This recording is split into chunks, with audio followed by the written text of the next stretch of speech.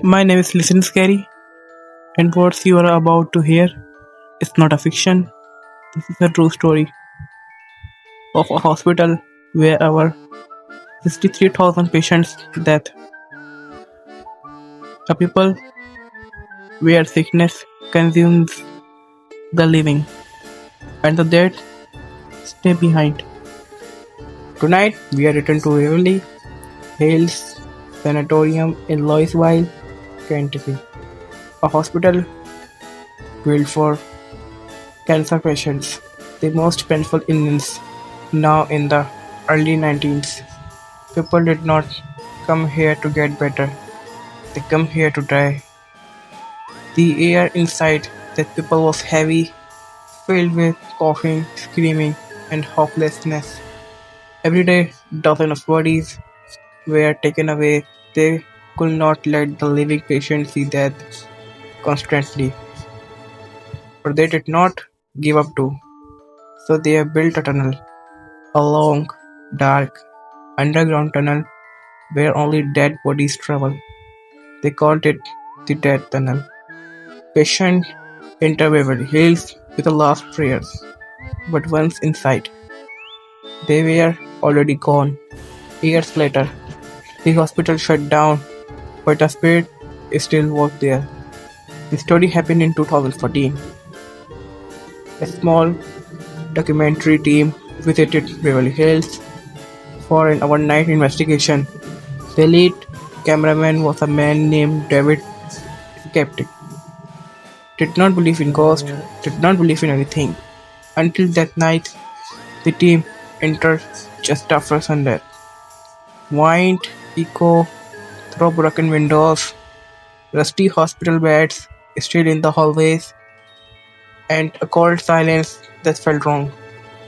The tour guide warned them, if you hear someone calling your name, don't answer. They know you are here. David rolled his eyes. He hit off. It was all a joke. They began filming. The first 2 hours were boring. Dust, spiderwebs, a few old wheelchairs. David joked that the only scary thing here was hospitals. But then they finally reached the fifth floor. The floor where infamous room number 502 where a nurse hanged herself. Nobody knows why. Some say she was cancer patient.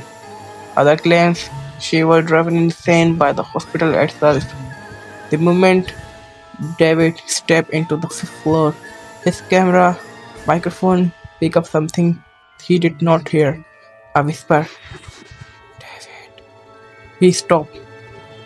The team asked what happened. He said he thought someone said his name. They told him they did not hear anything. They kept walking.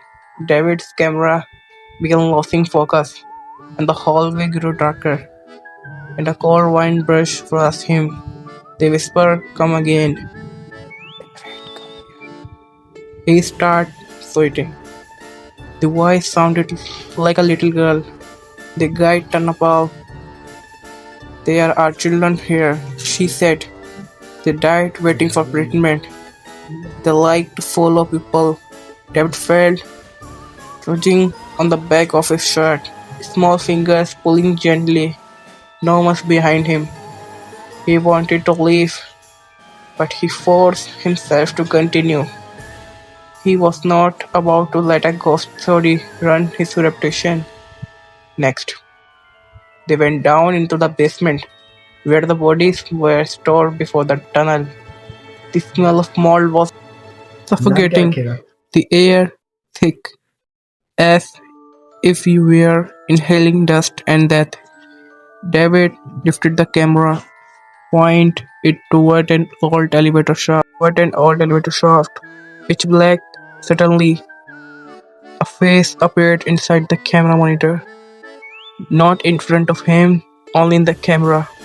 Pale, sunken eyes, blood around the mouth. It was staring back at David.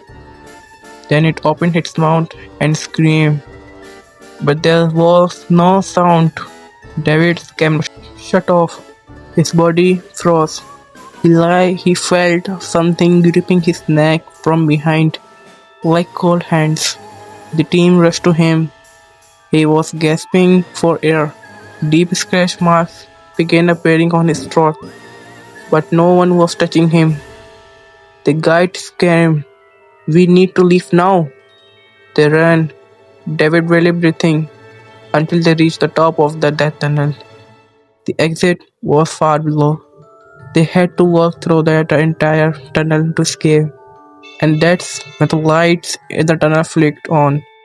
One, two, three.